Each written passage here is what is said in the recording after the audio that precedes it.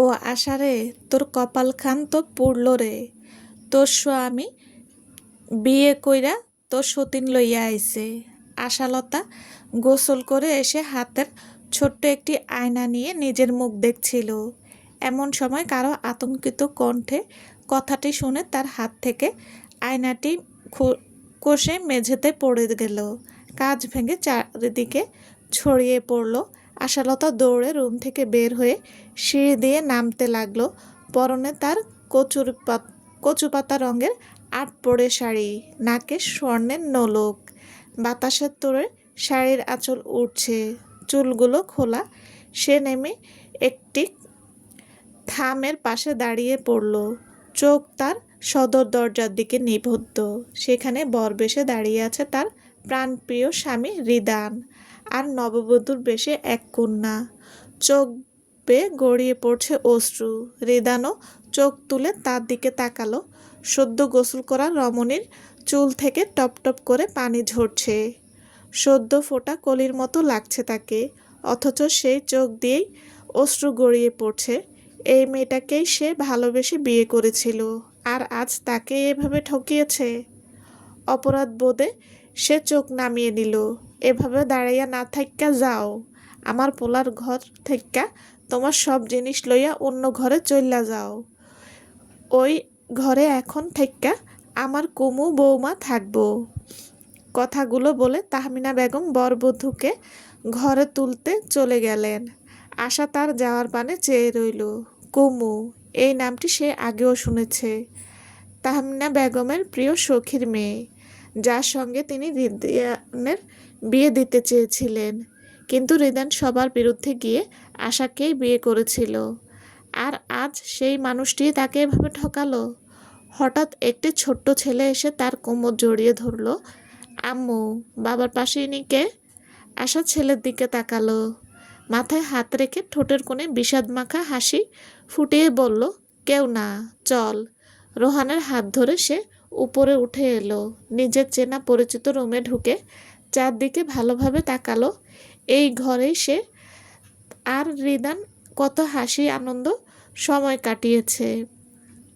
আর আজ এই ঘরে তার কোনো অধিকার নেই। সে এগিয়ে গিয়ে নিজের সব জিনিস গুছিয়ে নিল।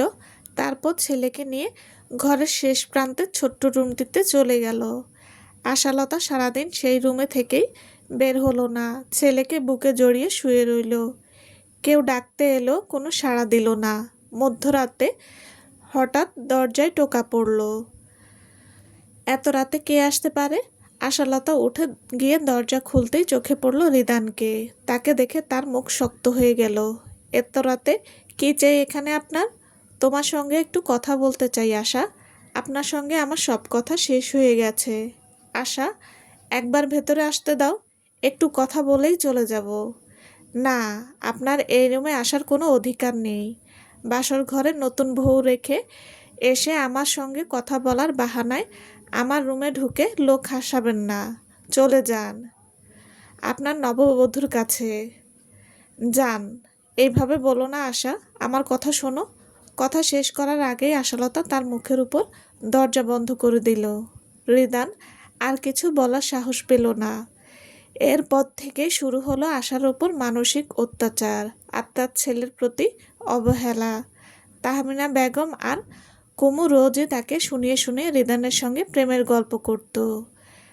অবশ্য রিদান কিছুটা প্রতিবাদ করেছিল, কিন্তু আশা সেসবের কোনো প্রতিক্রিয়া দেখায়নি। নিশ্চল প্রাণীর মতো বেঁচেছিল। তার আর রিদানের দূরত্ব কয়েক হাজার গুণ বেড়ে গিয়েছিল। এভাবেই কেটে গেল 2 মাস। কয়েকদিন আগে খবর এলো রিদানের স্ত্রী কুমুদ গর্ভবতী। সংবাদটি শুনে বাড়ির সবাই আনন্দে আত্মহারা। অথচ আশা যখন গর্ভবতী হয়েছিল তখন কেউ তার ঠিকমতো খোঁজও নেয়নি। কুমুদের কত আদর যত্নই না রাখা হচ্ছে। আশা শুধু নীরবে সব দেখে গেছে। এসব তার পৃথিবী বলতে এখন তার পৃথিবী বলতে শুধু ছেলে। মধ্যরাতে ছেলের গঙ্গানির শব্দে আশালতার ঘুম ভেঙে গেল। দ্রুত উঠে ছেলের কপালে হাত রাখতেই আটকে উঠল। জ্বরে গা পুড়ে যাচ্ছে। সে তাড়াতাড়ি রান্নাঘর থেকে এক বাটি ঠান্ডা পানি আর কাপড় এনে ছেলের কপালে পট্টি দিতে লাগলো। 2 ঘন্টা কেটে গেল, তবুও জ্বর কমার কোনো লক্ষণ নেই। সে ছুটে গেল রিদানের ঘরে। কয়েকবার দরজায় টোকা দিতে ঘুম জড়ানো চোখে রিদান দরজা খুলল। এত রাতে আশাকে দেখে সে অবাক হয়ে গেল।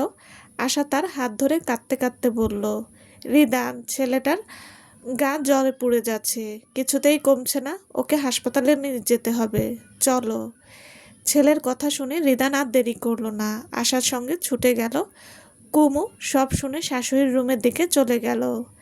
রেহানের কাতর অবস্থা দেখে রিদান শিউরে উঠল। দ্রুত ছেলেকে কোলে তুলে সদর দরজা থেকে এগিয়ে গেল। ঠিক তখনই তাহমিনা বেগম এসে পথ আটকে দাঁড়ালেন। আম্মা, কি করছো? সরুন, ওকে হাসপাতালে নিয়ে যেতে হবে। কেন? খালি জ্বরই তো হয়েছে, এর লাইগা হাসপাতাল লাগে? জ্বর কি আর কোনো মানুষের হয় না? আশা কাঁদতে কাঁদতে বলল, এটা কি বলছেন মা? ছেলে গা পুড়ে যাচ্ছে, ছটফট করছে, হাসপাতাল না নিলে আমার ছেলে মরে যাবে। যত সব ফাউল কথা। আমি দেখি কি কইরা জ্বর না কমে। অনেক অনুরোধ করেও রেহানকে হাসপাতালে নেওয়া গেল না।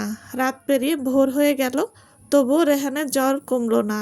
আশালতা পাগলের মতো কাঁদছে।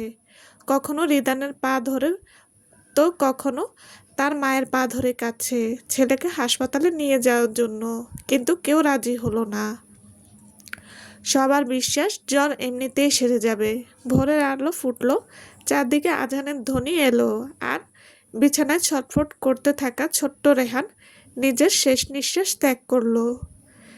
ছেলের নিথদেহ দেখে আশালতা মেঝেতে লুটিয়ে পড়ল। রিদান বাকরুদ্ধ হয়ে বসে রইল।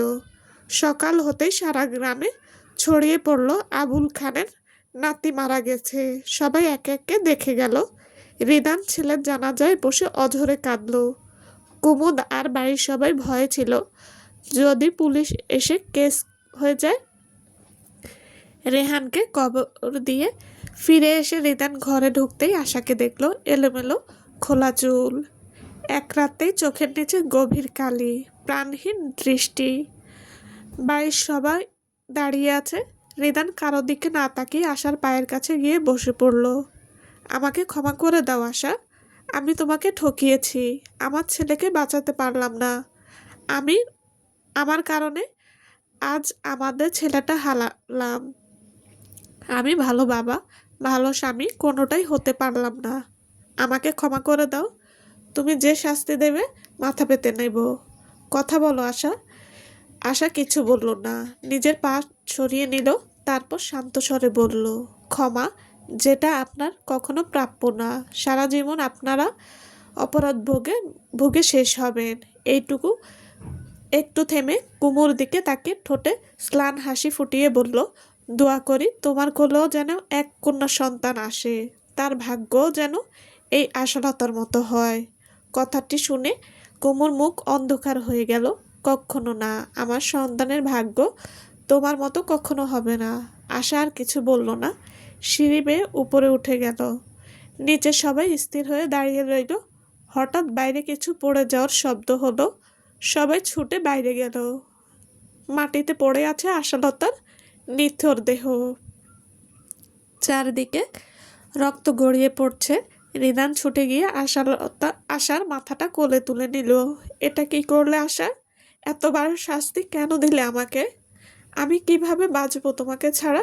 ও আশা, চোখ খোলো প্লিজ, চোখ খোলো। রিদানের আহাজারিতে চারদিকে ভিড় জমে গেল, কিন্তু আশা চোখ খুলল না। অবশেষে অভাগী আশালতাকে ও তার ছেলের পাশেই কবর দেওয়া হলো। 25 বছর কেটে গেছে। এই দীর্ঘ 25 বছরের সময় অনেক কিছু বদলে গিয়েছে। একসময় হাসি আনন্দে মুখর থাকা খানবাড়ি আজ যেন নিঃশব্দ এক ধ্বংসস্তূপ। একই ছাদের নিচে থেকেও কারো সঙ্গে কারো প্রাণ খুলে কথা হয় না। প্রতিটি দেওয়ালে যেন লেগে আছে অতীতের অপরাধ আর অনুশোচনার ভার। তাহমিনা বেগম আজ বয়সের ভারে শয্যাশায়ী। শরীরের শক্তি বহু আগেই ফুরিয়েছে। তার সেবা যত্ন করার মতো কেউ নেই। দিনের পর দিন বিছানায় শুয়ে তিনি শুধু আশালতার মুখটাই মনে করেন। সেই নিষ্পাপ মেয়েটির চোখ ভরা কান্না, বুক ভরা আর্তনাদ আর অভিশাপ বিদায়ের দৃশ্য যেন প্রতিটি নতুন করে তাকে দগ্ধ করে।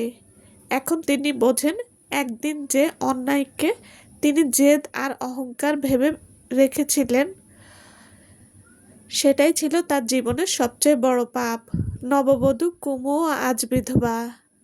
আশালতার মৃত্যুর কয়েক বছর পরই অপরাধ বোধের আগুনে পুড়ে পুড়ে রিদান একদিন নিজের জীবন শেষ ত্যাগ করে। মৃত্যুর আগ পর্যন্ত সে নিজেকে কখনো ক্ষমা করতে পারেনি। প্রতিটি রাত তার কাছে ছিল রেহানের শেষ নিঃশ্বাস আর আশালতার নিথর দেহের বিভীষিকাময় স্মৃতি। হয়তো আশালতা সেই অভিশাপ সত্যি বৃথা যায়নি। কুমুর কোলে এও জন্ম নিয়েছিল এক কন্যা সন্তান। কিন্তু নিয়তির কি নির্মম পরিহাস! যে কষ্ট একদিন সে আশালতাকে দিয়েছিল, আজ নিজের মেয়ের জীবনেও ঠিক সেই কষ্ট ফিরে এসেছে। নিজের চোখের সামনে সে দেখেছে তার স্বামী দ্বিতীয় বিয়ে করে সতীন নিয়ে এসেছে।